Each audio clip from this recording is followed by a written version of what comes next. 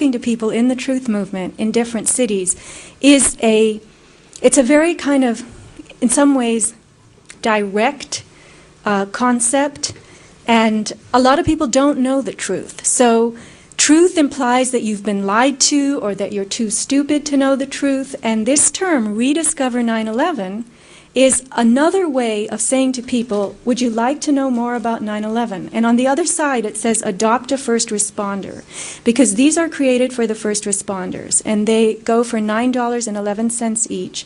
What we're going to try to do in Southern California is create a walk-a-thon of 9 miles and 11 yards for the first responders of 9/11. And we want to invite Joe Public to sign up and get his family and friends to sponsor him per mile.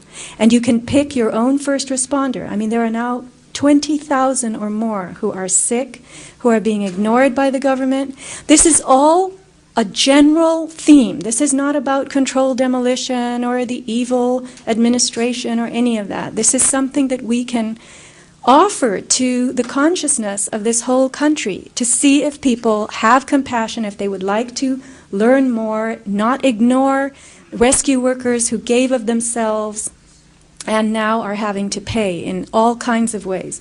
So aside from those little things that I've introduced, I have also dedicated time to developing visibility products like this, license plate frames. Did a 757 really hit the Pentagon? People read these things 20 times a day, and that's a question to put into your head.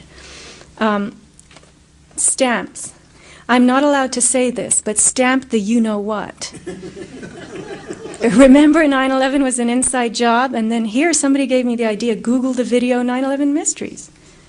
And someone also told me if you stamp the back of the you-know-what, it's easier to get away with it.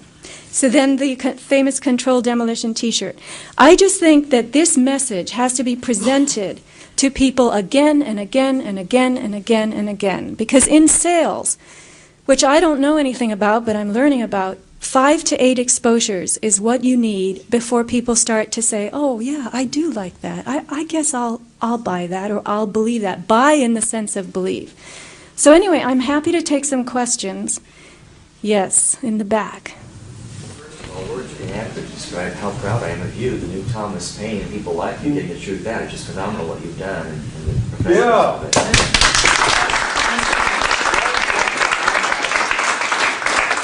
The figures by which Silverstein seemed to have benefited in this film seem to differ from either Loose Change or Terror Storm. I forget, where I see up to maybe 1.5 billion quoted.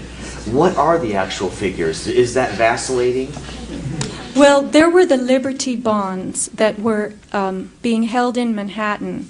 There were funds that were being reserved for the improvement of Lower Manhattan. So those were dumped into Silverstein's pocket.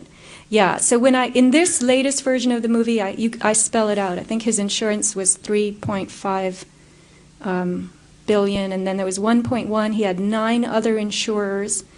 So those were his umbrella companies, his reinsurers, and then there were the Liberty Bond funds, and it added up to, I think, 8.1 in all. There are so many hands going up. Yes? A couple of things. This is the first time I saw this, and I found out about this because I attended a meeting here at the meeting house. And it's obviously brought up a lot for me. I was in the first Gulf War, and I remember 2 things from it. I fell asleep when we left Italy, and I woke up when we were flying over Saudi Arabia, and I opened up the window on the jet, the shade, and looked out and just saw sand everywhere. And my first reaction as I'm groggily waking up was, oh my God, if Saddam wants it, let him have it. And when I was there, I can't tell you how many soldiers thought that all we were doing was fighting a war about oil back then. And even then there was a degree of cause because they had invaded another country. So back then in 1990, 1991, there were a lot of us who had the question about this is a war for oil and what's this leading to.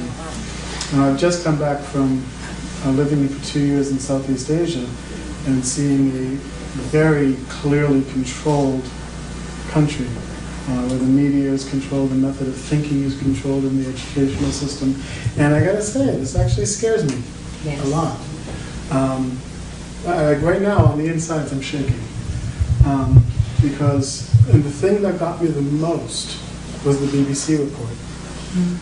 Because the first time that I was able to relax enough to see the buildings going down, I remember thinking, that doesn't look like a building collapsing. That looks like a building imploding. And how come, and thinking, a plane hitting a structure like that isn't going to cause it to fall apart like that. If anything, it would knock it over. And I remember the news talking about this, saying, oh my God, the building's going to fall over. If they fell over, all of the millions of people that would get killed, because there's a fall across the entire island. And because they're so tall, they would just wipe out so many people, and how would we evacuate that whole area? And I'm watching this and thinking, okay, so what I'm seeing from this is that obviously there were parts of our government that were definitely involved in destroying these buildings, killing so many thousands of people, and seeing that so very carefully laid out. And like if you watch it with an open mind, you can see the stuff shooting out. And it's so clearly there. It really makes me scared now, because I'm really like, okay, what kind of a country do I live in? I thought I was coming back to a country that was very different than the one I was living in, and now I see that actually in many ways this may be worse. And so at the end when it said, don't be afraid, it's like, oh, that's nice, but at the moment I really am. Well, you're very brave to be here. We should all clap for you. I just want to address some of the things that, what is your name? Lee. Lee. Leaf, like Erickson. Oh. Shaking like a leaf inside.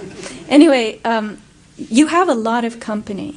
There are a lot of people who felt the way you did a few months ago, a few years ago. And the idea is to find your tribe, you know? And that's what the people in this room are. So if you get to know some of them, you can attend their meetings. This is a psychological journey.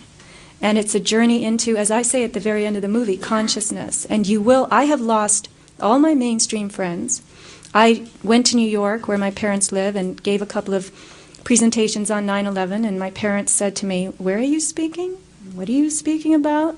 And I started explaining to them, and my father said, don't. This sickens me.